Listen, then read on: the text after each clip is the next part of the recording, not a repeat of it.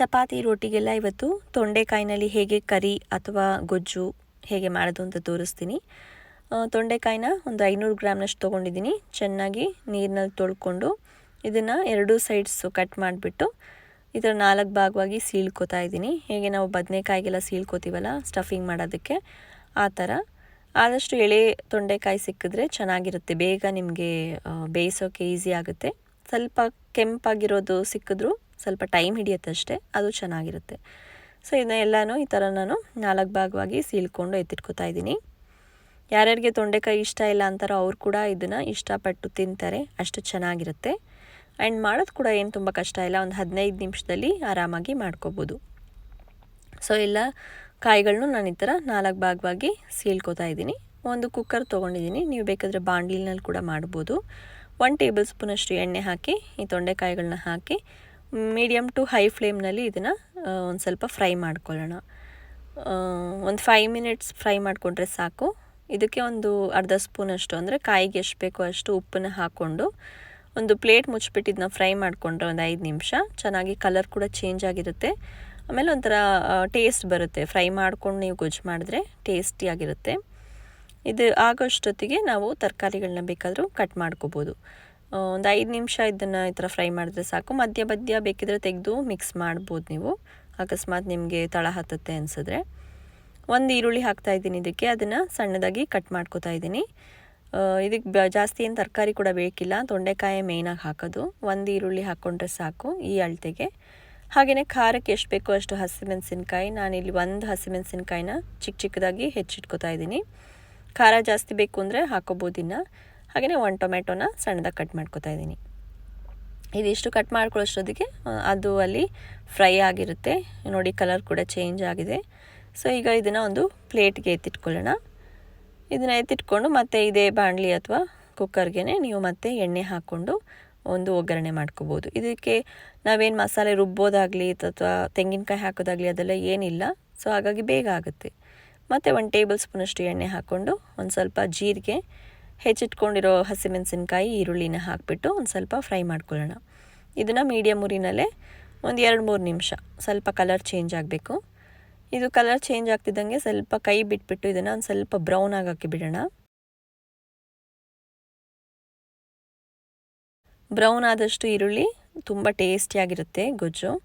ಹಾಗಾಗಿ ತುಂಬಾ ಸೀಸ್ಬೇಡಿ, ಸ್ವಲ್ಪ ಈ ಥರ ಬ್ರೌನ್ ಆದರೆ ಸಾಕು. ಈಗ ಇದಕ್ಕೆ 1 ಸ್ಪೂನಷ್ಟು ಜಿಂಜರ್ ಗಾರ್ಲಿಕ್ ಪೇಸ್ಟನ್ನ ಹಾಕ್ಕೊಂಡು ನಾನು ಫ್ರೈ ಮಾಡ್ಕೋತಾ ಇದ್ದೀನಿ. ಜಿಂಜರ್ ಗಾರ್ಲಿಕ್ ಪೇಸ್ಟ್ ಆದರೂ ಹಾಕ್ಬೋದು, ರೆಡಿಮೇಡ್ ಹಾಕ್ತಾ ಇರೋದು ನಾನು. ನೀವು ಬೇಕಿದ್ರೆ ಹಸಿ ಶುಂಠಿ ಬೆಳ್ಳುಳ್ಳಿನ ಕಟ್ ಮಾಡಿ ಕೂಡ ಹಾಕೋಬೋದು, ಅಥವಾ ಬೆಳ್ಳುಳ್ಳಿ ತಿನ್ನಲ್ಲ ಅಂದರೆ ಬರೀ ಹಸಿ ಶುಂಠಿ ಪೇಸ್ಟನ್ನ ಕೂಡ ಹಾಕೋಬೋದು. ಈಗ ಸಿಮ್ನಲ್ಲಿ ಇಟ್ಕೊಂಡು ಗ್ಯಾಸನ್ನು ಫ್ಲೇಮ್ನ 1 ಟೇಬಲ್ ಸ್ಪೂನಷ್ಟು ಕಡಲೆ ಹಿಟ್ಟನ್ನು ಹಾಕ್ಕೊಂಡು ಮಿಕ್ಸ್ ಮಾಡ್ಕೊಳ್ಳೋಣ. ಈ ಥರ ಡ್ರೈ ಪೌಡ್ರ್ ಹಾಕೋವಾಗ ಫ್ಲೇಮ್ ಲೋನಲ್ಲೇ ಇರಬೇಕು, ಇಲ್ಲಾಂದರೆ ಕೆಳಗಡೆ ಬೇಗ ಕಪ್ಪಗಾಗ್ಬಿಡುತ್ತೆ. ಈಗ ಎಲ್ಲ ಮಸಾಲೆ ಪುಡಿಗಳನ್ನ ಹಾಕ್ಕೊಳ್ಳೋಣ. ಅರಿಶಿನದ ಪುಡಿ, ಖಾರಕ್ಕೆ ಎಷ್ಟು ಬೇಕೋ ಅಷ್ಟು ಅಚ್ಚ ಖಾರದ ಪುಡಿ, ಮತ್ತು ಧನಿಯಾ ಪುಡಿ, ಒಂದು ಸ್ವಲ್ಪ ಕಸೂರಿ ಮೆಥಿನ ಕೈಯಲ್ಲಿ ಕ್ರಷ್ ಮಾಡಿಬಿಟ್ಟು ಹಾಕ್ಕೊಂಡ್ರೆ ಒಳ್ಳೆ ಘಮ ಬರುತ್ತೆ ಗೊಜ್ಜಿಗೆ.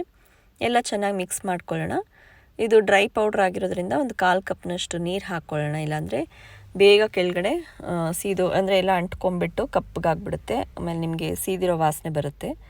ಹಾಗಾಗಿ ಎಲ್ಲ ಚೆನ್ನಾಗಿ ಮಿಕ್ಸ್ ಮಾಡಿಕೊಂಡು ಕಮ್ಮಿ ಉರಿನಲ್ಲೇ ಚೆನ್ನಾಗಿ ಮಿಕ್ಸ್ ಮಾಡ್ಕೊಳ್ಳಿ. ಇದಕ್ಕೆ ನಾವು ಹೆಚ್ಚಿಟ್ಕೊಂಡಿರುವಂಥ ಟೊಮೆಟೊನ ಹಾಕ್ಕೊಂಡು ಮಿಕ್ಸ್ ಮಾಡ್ಕೊಳ್ಳೋಣ. ಬೇಗ ಆಗುತ್ತೆ, 10-15 ನಿಮಿಷದಲ್ಲಿ ನೀವು ಇದನ್ನು ಮಾಡ್ಕೋಬೋದು. ಲಂಚ್ ಬಾಕ್ಸ್ಗೂ ಕೂಡ ನೀವು ಇದನ್ನು ಪ್ಯಾಕ್ ಮಾಡ್ಕೋಬೋದು. ಇದಕ್ಕೆ ಗೊಜ್ಜಿಗೆ ಎಷ್ಟು ಬೇಕೋ ಅಷ್ಟು ಉಪ್ಪನ್ನು ಹಾಕ್ಕೊಳ್ಳಿ. ಆಲ್ರೆಡಿ ಕಾಯಿಗೆ ನಾವು ಅರ್ಧ ಸ್ಪೂನಷ್ಟು ಹಾಕಿದ್ದೀವಿ. ಸೊ ಹಾಗಾಗಿ ಇದಕ್ಕೂ ಒಂದು ಸ್ವಲ್ಪ ಉಪ್ಪನ್ನು ಹಾಕ್ಕೊಂಡೆಲ್ಲ ಚೆನ್ನಾಗಿ ಮಿಕ್ಸ್ ಮಾಡ್ಕೋಬೇಕು. ಒಂದು 3-4 ನಿಮಿಷ ಮಿಕ್ಸ್ ಮಾಡಿಕೊಂಡ್ರೆ ಸಾಕು. ಆಮೇಲೆ ಇದಕ್ಕೆ ನಾವು ಫ್ರೈ ಮಾಡ್ಕೊಂಡಿರುವಂತಹ ತೊಂಡೆಕಾಯಿನ ಹಾಕ್ಕೊಳ್ಳೋಣ. ತೊಂಡೆಕಾಯಿ ಹಾಕ್ಕೊಂಡು ಎಲ್ಲ ಚೆನ್ನಾಗಿ ಒಂದು ಸಲ ಮಿಕ್ಸ್ ಮಾಡ್ಕೊಳ್ಳೋಣ. ಮನೆಯಲ್ಲಿ ನಿಮ್ಮ ಹತ್ರ ಫ್ರೆಶ್ ಕ್ರೀಮ್ ಇದ್ದರೆ, ರೆಡಿಮೇಡ್ ಕ್ರೀಮ್ ಇದ್ದರೆ ಅದನ್ನು ನೀವು ಯೂಸ್ ಮಾಡ್ಬೋದು. ಅಕಸ್ಮಾತ್ ಇಲ್ಲ ಅಂದ್ರೂ ಏನು ವರಿ ಇಲ್ಲ. ಹಾಲು ಕಾಯಿಸ್ತೀವಲ್ಲ ಅದ್ರ ಮೇಲೆ ಕೆನೆ ಕಟ್ಟುತ್ತಲ್ಲ, ಅದನ್ನು ಕೂಡ ನೀವು 1 ಸ್ಪೂನಷ್ಟು ಯೂಸ್ ಮಾಡ್ಕೋಬೋದು. ಅದು ಸಿಗಲಿಲ್ಲ ಅಂದರೆ ಒಂದು ಸ್ವಲ್ಪ ಗಟ್ಟಿ ಮೊಸರಿದ್ರೆ ಅದನ್ನಾದರೂ 1 ಸ್ಪೂನಷ್ಟು ಹಾಕ್ಕೊಂಡ್ರೆ ಸಾಕು. ಜಸ್ಟ್ 1 ಸ್ಪೂನ್ ಹಾಕ್ಕೊಂಡ್ರೆ ಸಾಕು. ನಾನಿಲ್ಲಿ ಹಾಲಿನ ಕೆನೆನೇ 1 ಸ್ಪೂನಷ್ಟು ಹಾಕೋತಾ ಇದ್ದೀನಿ ಇಲ್ಲಿ. ಇದು ಒಂದು ಸ್ವಲ್ಪ ಚೆನ್ನಾಗಿ ಟೇಸ್ಟ್ ಕೊಡುತ್ತೆ. ನಾವು ಏನೂ ರುಬ್ತಾ ಇಲ್ವಲ್ಲ ಹಾಕಿ, ಅಂದರೆ ತೆಂಗಿನಕಾಯಿ ಆಗಲಿ ಇನ್ನೊಂದಾಗಲಿ ಹಾಕಿ ಏನು ಮಸಾಲೆ ಬೇರೆ ಥರ ರುಬ್ಬೋದಿಲ್ವಲ್ಲ, ಹಾಗಾಗಿ ಕ್ರೀಮ್ ಹಾಕಿದ್ಮೇಲೆ ಅಂದರೆ ಹಾಲಿನ ಕೆನೆ ಅಥವಾ ಕ್ರೀಮ್ ಹಾಕಿದ್ಮೇಲೆ ಒಂದು ಅರ್ಧ ಸ್ಪೂನಷ್ಟು ಗರಂ ಮಸಾಲೆ ಕೂಡ ಹಾಕ್ಕೊಂಡು ಎಲ್ಲ ಚೆನ್ನಾಗಿ ಮಿಕ್ಸ್ ಮಾಡಿಕೊಂಡು ಇದಕ್ಕೆ ಎಷ್ಟು ಬೇಕೋ ಅಷ್ಟು ನೀರನ್ನು ಹಾಕ್ಕೊಳ್ಳೋಣ. ತುಂಬ ನೀರಾಗಾದರೂ ಗೊಜ್ಜು ಚೆನ್ನಾಗಿರಲ್ಲ, ತುಂಬ ಗಟ್ಟಿಯಾದರೂ ಅದು ಕೂಡ ಚೆನ್ನಾಗಿರಲ್ಲ. ಸೊ ಸ್ವಲ್ಪ ಮೀಡಿಯಮ್ ಕನ್ಸಿಸ್ಟೆನ್ಸಿಲಿದ್ದರೆ ಚೆನ್ನಾಗಿರುತ್ತೆ. ಸೊ ಒಂದು ಅರ್ಧ ಕಪ್ನಷ್ಟು ನೀರು ಹಾಕ್ಕೊಂಡ್ರೆ ಸಾಕು.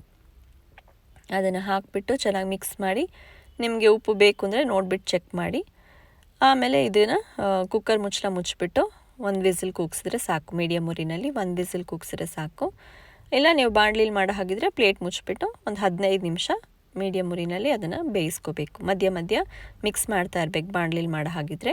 ಕುಕ್ಕರ್ ಆದರೆ ಅದೆಲ್ಲ ಯೋಚನೆನೇ ಇರಲ್ಲ. ನೋಡಿ, ಕನ್ಸಿಸ್ಟೆನ್ಸಿ ಕೂಡ ಪರ್ಫೆಕ್ಟ್ ಆಗಿದೆ.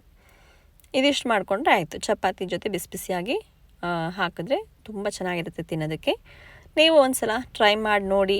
ಇದನ್ನು ನೋಡಿ, ನೀವು ಕಾಯಿನ ಒಂದು ಸ್ವಲ್ಪ ಈ ಥರ ಸ್ಪೂನಲ್ಲಿ ಕಟ್ ಮಾಡಿದ್ರೆ ಈಸಿಯಾಗಿ ಕಟ್ ಆಗಬೇಕು, ಆವಾಗ ಬೆಂದಿದೆ ಅಂತ ಅರ್ಥ. ನೀವು ಟ್ರೈ ಮಾಡಿ ಕಮೆಂಟ್ಸ್ನಲ್ಲಿ ಹೇಗೆ ಬಂತು ಅಂತ ಹೇಳಿ.